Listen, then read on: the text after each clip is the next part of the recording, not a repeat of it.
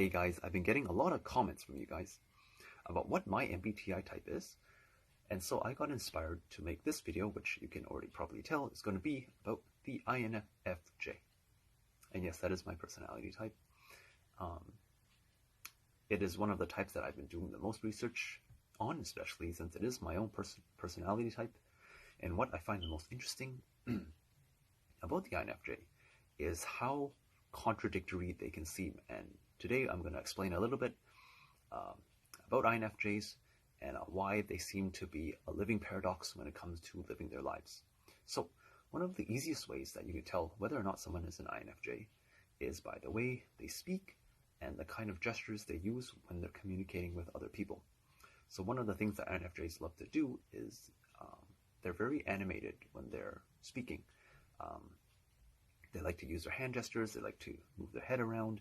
It is just their way of speaking that helps them to communicate what's going on in their head, because they are introverts and they do a lot of thinking and they mostly live inside their heads. And so in order for them to properly convey what it is that they're trying to say, they do have to do a lot of movements. This is why if you, and I have tried this before, if you try to tie up an INFJ's hands or tell them not to move when they're speaking, it's very difficult for them to speak and kind of convey what they're trying to say. In terms of their speaking pattern, INFJs will very often pause in the middle of their sentence or at the end of it.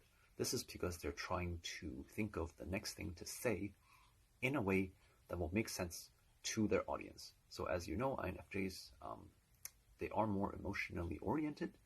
And from what I know, a lot of people love INFJs because they are always so concerned about the emotions of other people. They're always trying to tailor themselves to catering to the other person's needs. Now, this can also be a bad thing, which is where the paradox comes in, is because INFJs are so caring for other people that most of the time they forget about their own needs and they kind of neglect themselves. And because they're so busy helping other people, they don't have time for themselves. And as a result, because their needs aren't met, then they start breaking down. They might get drained of their energy. They might get pissed off because they're not getting that time for themselves. They're not providing that self-love for themselves because they're so busy trying to help other people who may or may not appreciate their efforts.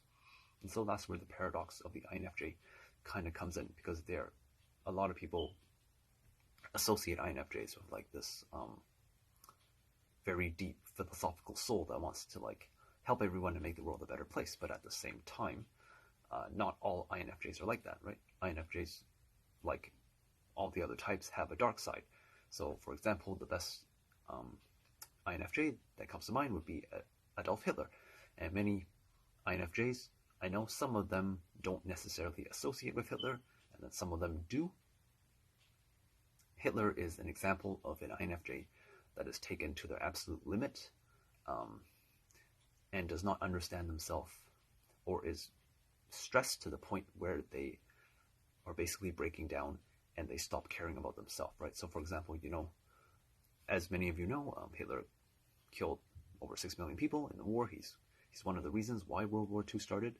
And at the end of everything that he accomplished, he unfortunately lost the war, and there was a lot of people that are negatively impacted by the actions that he did. But what he was able to do was he was able to bring a country which is on the brink of poverty, because at that time World War I had just finished, and now the country of Germany was in dire straits.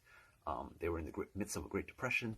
The economy was absolutely shattered, but Hitler was able to take an economy which is on the brink of devastation and bring it up to a level which is able to fight on par with the United States, which is at that time one of the most powerful nations in the entire world, right? So what Hitler did was not a very small feat. If you're looking at it from an economic perspective, what Hitler did was he managed to take something that was basically at zero and bring it all the way up to 100 in just a few years, which is a very impressive feat. He was able to do this through his ability to connect with people, to connect with them through their emotions, and have that common interest, which is we are all suffering, but if we all band together, we can create something far greater than anything we have ever seen in the history of our state. The problem was that Hitler took that a little bit too far, in trying to make Germany a great country. And as a result, not many people were on board with his actions and his way of carrying out what he thought was the right thing to do.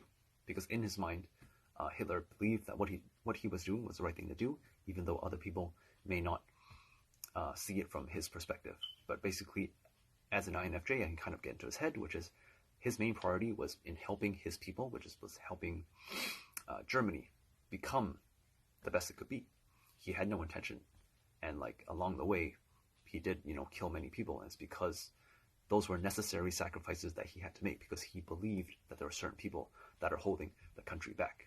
So there's simply just a difference in how people view perspectives, which is why most of the time INFJs can sometimes, if they seem cold-hearted, it's because they're trying to do what they think is the best for other people, which may not necessarily be the best thing for those people, because the INFJ cares so much about other people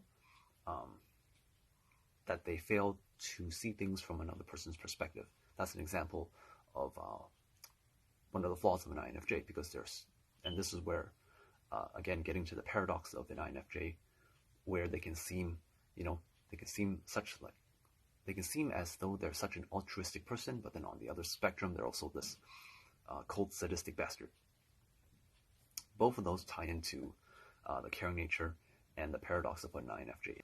As for how to spot an INFJ, I believe the easiest way to do it is they are considered very weird and quirky. The minute you see them, they will seem very nice, but then there's also something about them that seems kind of off. It's like they're always living, their head is always like in the clouds or something, but there's just like something off about them, but not in a bad way. They just seem as though, it's very hard to describe until you've like really experienced it for yourself. But if you come across someone that you can't really seem to type as any of the other MBTI types, most likely that person is an INFJ, because an INFJ is able to incorporate both their feminine and their masculine side. They're very balanced in their energy and in their perspectives and in the way they communicate, which is why it can seem very difficult to kind of like type an INFJ. Like, is this person a guy or is this person a girl? Like, it's very hard to tell because they're so balanced, right? This is where, again, the paradox comes in, because they're so attuned with both sides that they can't really be put into any single one category. And as a result, you could say INFJs are a combination of all the other 15 personality types all meshed into one, more so than any other type, because of the INFJ's ability to think both logically and emotionally on both sides of the spectrum, which is what makes them such great communicators and able to like kind of get along with people due to their ability to see things from so many perspectives and angles. As for physical looks, INFJs are one of the most interesting, and from my perspective is that there's no way to tell for sure whether or not someone is an INFJ based on their physical traits.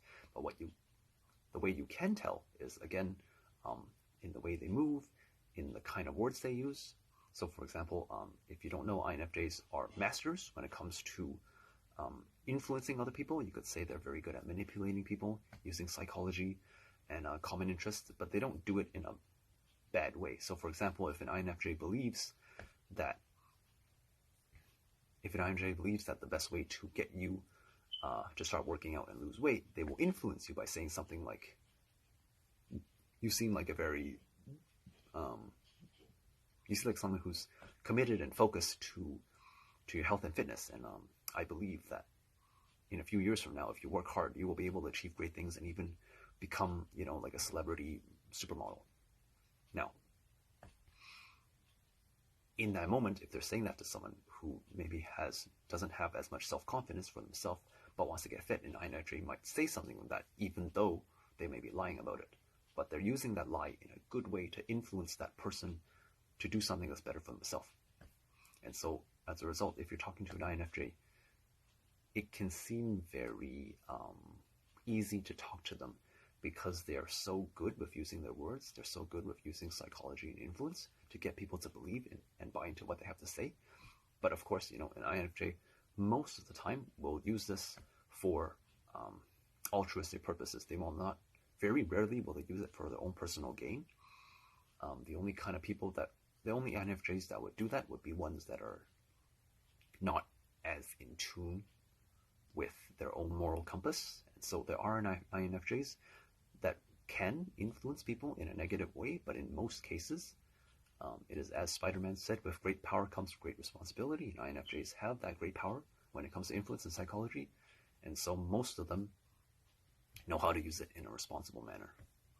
And as for where you can find an elusive INFJ, most of them are going to be at home or in their own little bubble. They don't like to interact with society because because it's very difficult for them to kind of understand other people, simply because they can see things from so many different perspectives, right? So for example, if you're looking at whether Hitler was good or bad, an INFJ can look at it from 4 different perspectives, taking in the perspectives of other people, whereas most people only have one perspective, and they can seem and these people with like only a singular perspective can seem kind of stubborn in the way that they believe that something is right or wrong.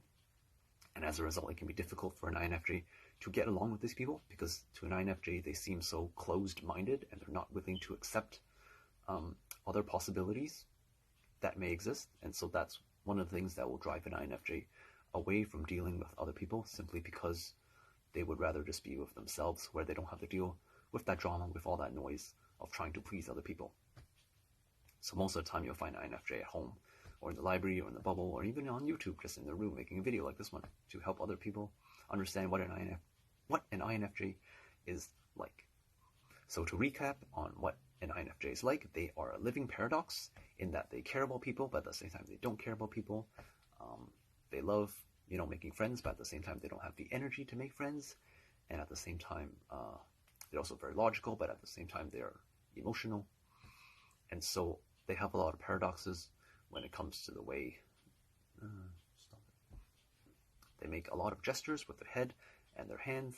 They pause a lot when they're speaking, and they are like a living paradox because they can see things from so many different perspectives and angles. And they also care a lot about other people, to the point that sometimes they also burn themselves out. So if you're attracted to an INFJ and you're looking to get into a relationship with an INFJ, just be prepared to know that they are kind of like 2 people living in one body. So be prepared for that, and do account for it whenever you see that kind of like shift happening. Don't freak out about it, because in most cases an INFJ is just doing what they believe is the right thing or the best thing to do in a certain situation, whether it's for themselves or for someone else. So as always, I hope you found this video useful, and to all the people that are commenting on my YouTube video, now you know this is my personality type. I am an INFJ. And so yeah, I hope you found this video useful as well if you're an INFJ. Make sure to hit the like and subscribe button if you found this video useful, and as always, have a wonderful day. I will be making more videos on these kind of topics far off into the future. See you next time.